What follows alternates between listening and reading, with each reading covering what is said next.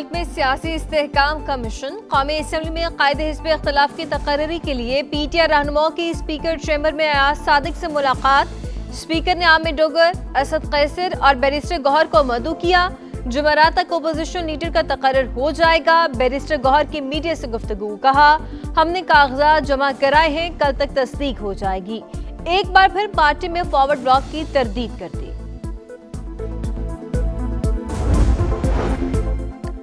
اسلام آباد میں درختوں کی کٹائی کا معاملہ قومی اسمبلی پہنچ گیا۔ حکومتی اتحادی اور اپوزیشن نے وضاحت مانگ لی۔ معاملے پر بے جا تنقید کی گئی۔ پولن الرجی کا سبب بننے والے درختوں کو کاٹا گیا۔ وزیر مملکت داخلہ کا جواب، کہا 29,000 درخت ہٹائے گئے، 4,000 سے زائد لگائے گئے۔ سپریم کورٹ نے ماہرین پر مشتمل کمیٹی بنائی ہے۔ بنوں میں مزنگا چوک کے قریب نامعلوم مسلح افراد کی کار پر اندھا دھند فائرنگ، باپ بیٹے سمیت امن کمیٹی کے 4 ارکان قتل۔ ملزمان کی تلاش کے لیے علاقے میں سرچ آپریشن۔ متحدہ عرب امارات جانے والوں کی امیگریشن پاکستان ہی میں مکمل ہوگی۔ وفاقی وزیر داخلہ محسن نقوی سے یو اے کے وفد کی ملاقات میں فیصلہ، کراچی سے پائلٹ منصوبے کا آغاز ہوگا۔ اقدام دونوں ممالک کے عوام کے لیے مفید، یو اے وفد کیمیکل تعاون کی یقین دہانی۔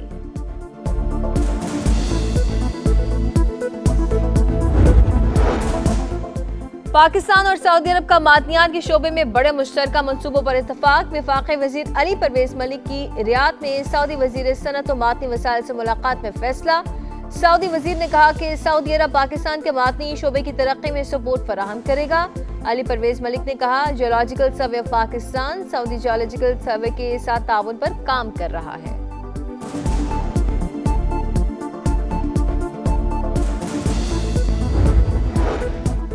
پاکستان قدرتی خزانوں سے مالا مال، معدنی وسائل کھربوں ڈالر کی معیشت کا دروازہ بننے کو تیار۔ دی نیشنل انٹرسٹ میں حکومتی حکمت عملی اور معدنیات کا تفصیلی احاطہ، لکھا پاکستان مائننگ اصلاحات کر کے انہیں عالمی معیار سے ہم آہنگ کر رہا ہے۔ منرلز انویسٹمنٹ فورم کے ذریعے عالمی سرمایہ کاروں کو متوجہ کیا جا رہا ہے۔ ریکرڈک دنیا کے بڑے کاپر اور گولڈ منصوبوں میں شامل۔ حکومت کا 5 سال میں جیم سٹون برآمدات $1 بلین تک بڑھانے کا ہدف مقرر۔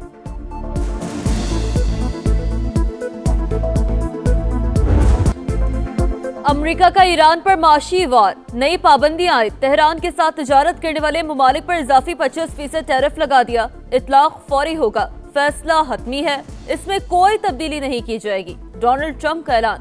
ترجمان وائٹ ہاؤس کا کہنا ہے صدر ٹرمپ ایران پر تباہ کن حملوں سے نہیں گھبراتے۔ ایران کے خلاف فوجی کارروائی سمیت مختلف آپشنز میز پر موجود ہیں، لیکن سفارت کاری کی پہلی ترجیح ہے۔ امریکہ کی اپنے شہریوں کو فوری طور پر ایران چھوڑنے کی ہدایت۔ سفارت خانے کے مطابق مظاہروں کے مزید پرتشدد ہونے کا خدشہ بڑھ گیا۔ شہریوں کی سلامتی کو خطرہ لاحق ہے، انہیں گرفتار کیا جا سکتا ہے۔ حکومت کی مدد کا انتظار نہ کریں، زمینی راستوں سے آرمینیا یا ترکی کے راستے ایران چھوڑ دیں۔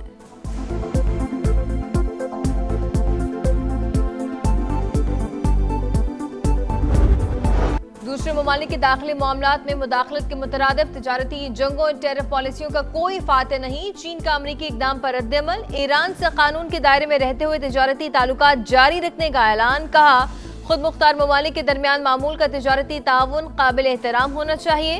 تجارت کو سیاسی دباؤ کے لیے استعمال نہیں کیا جانا چاہیے۔ امریکہ غیر قانونی پابندیاں ختم کرے، مذاکرات اور کثیر الجہتی تعاون کا راستہ اختیار کرے۔ حکومتی دعووں کے باوجود ایران میں کشیدگی برقرار۔ تہران میں رات بھر مظاہرے، جاں بحق ہونے والوں کی تدفین کے دوران حکومت مخالف نعرے۔ ایرانی وزیر خارجہ کا کشیدگی کم کرنے کے لیے وٹکوف سے رابطہ، مظاہروں پر تبادلہ خیال، ملاقات کے امکان پر بھی بات چیت۔ یورپی یونین نے ایرانی سفارتکاروں کے پارلیمان میں داخلے پر پابندی لگا دی۔ فرانسیسی سفارت خانے کے غیر ضروری عملے نے ایران چھوڑ دیا۔